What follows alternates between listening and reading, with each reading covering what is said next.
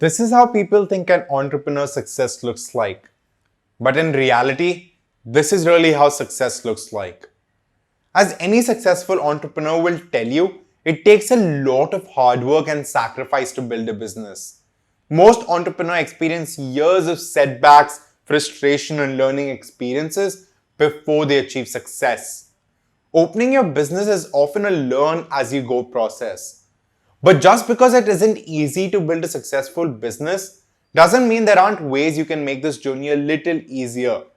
The more smart decisions you make early on, the better chance your company has for success. If you have an entrepreneurial idea, like this video, share this video, comment below, don't forget to subscribe and follow these 5 steps for success.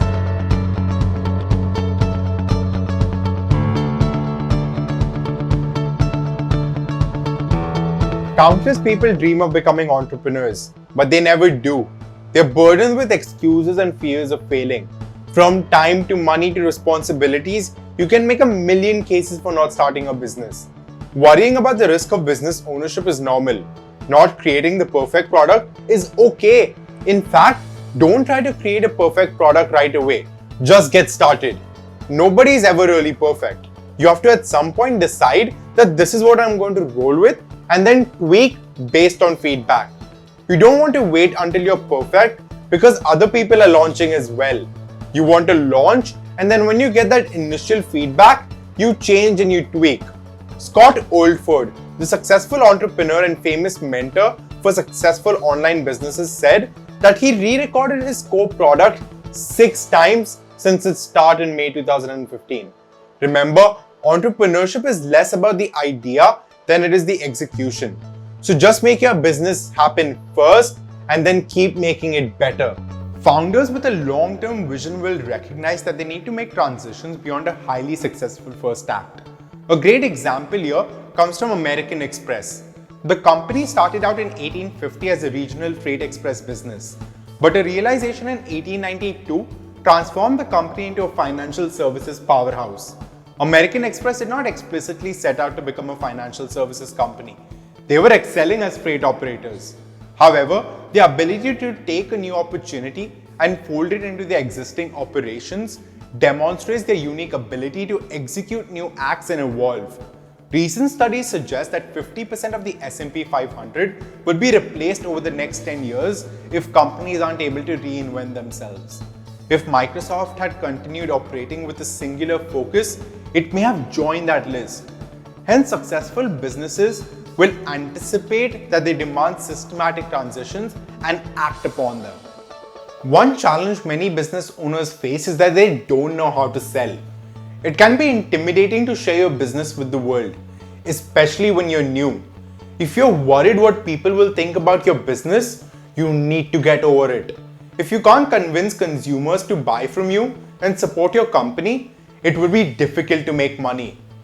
If you're not outgoing, then in that case, fake it till you make it.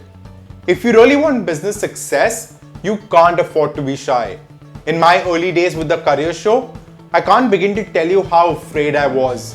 I kept wondering what people would think about my idea. But as it turned out, I became a lot more confident in front of people after speaking more and more about the career show. Be ready to speak confidently about your business, even if it makes you uncomfortable.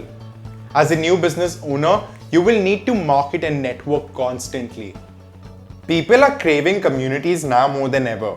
For businesses, that means communities are critical to success.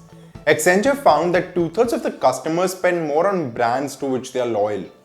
Glossier, for instance, believes that 90% of its revenue is due to returning customers. Successful companies, including and especially tech companies, harness the power of communities to increase brand awareness, understand customers, improve outcomes, and build brand loyalty. A community helps you build a great brand as it helps you understand who you are and what you stand for. It helps you understand your marketplace and understand your brand positioning. However, keep in mind that a community is formed to help people and meet a variety of needs, not just to drive your sales. More on it in the coming weeks, so subscribe now. When your company starts taking its first steps into life, you as a proud parent will do everything you can to nurture and take care of it, ensuring it doesn't fall over and never get up.